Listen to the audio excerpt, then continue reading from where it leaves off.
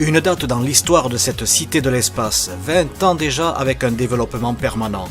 En présence de Thomas Pesquet, notre spationaute international, et Claudie Aigneret, dans un deuxième sujet pour une interview spéciale.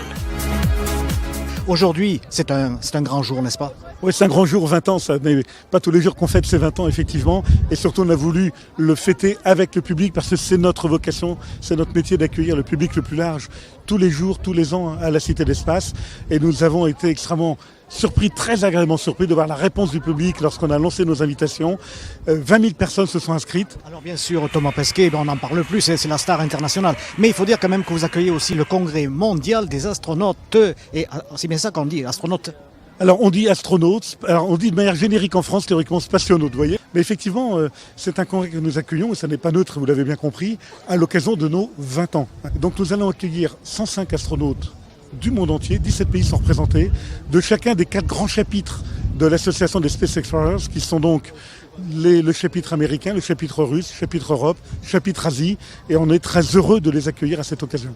Et la France, bien sûr, est à la hauteur technique. Oui, alors il faut bien avoir en tête que la France a été la 3e puissance spatiale au monde, puisqu'après Gagarine, donc la Sputnik pour commencer, Gagarine ensuite avec les Russes, puis le premier pas de l'homme réussi par les Américains, la France a été le 3e pays, le 3e pays au monde à avoir envoyé un satellite en orbite autour de la Terre. C'était le satellite Astérix en 1965, en novembre 65. Et la France est un des moteurs majeurs de l'Europe spatiale aujourd'hui. Alors pour conclure, comment voyez-vous l'avenir, non seulement de la Cité de l'Espace, mais mondialement, est-ce qu'on ira sur Mars, est-ce qu'on ira sur Vénus ? Alors sur Vénus, non, ça on en est sûr.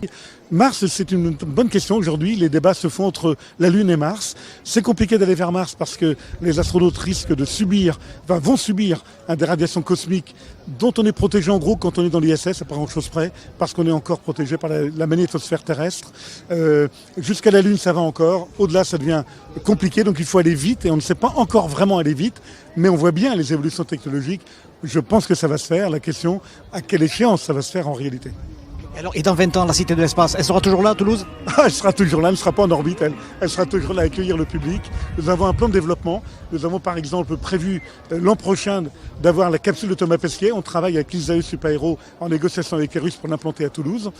Nous avons des projets de développement aussi, d'implanter un grand simulateur de lancement spatial dans la Cité de l'Espace pour faire vivre au public les jets accélération. Vous savez, ces jets qu'on a en voiture, par exemple, une petite accélération, un virage. On sent qu'on est un peu surpris, un peu chamboulé.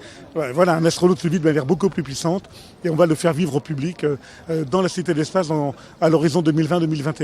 Merci beaucoup. Toutes générations confondues, les télescopes sont le miroir du ciel. Les sourires sont l'ultime satisfaction. Avoir la tête dans les étoiles n'est plus du tout péjoratif. Laurence, vous êtes toute radieuse parce que vous avez vu quelque chose d'extraordinaire. Qu'est-ce que c'était? La Lune.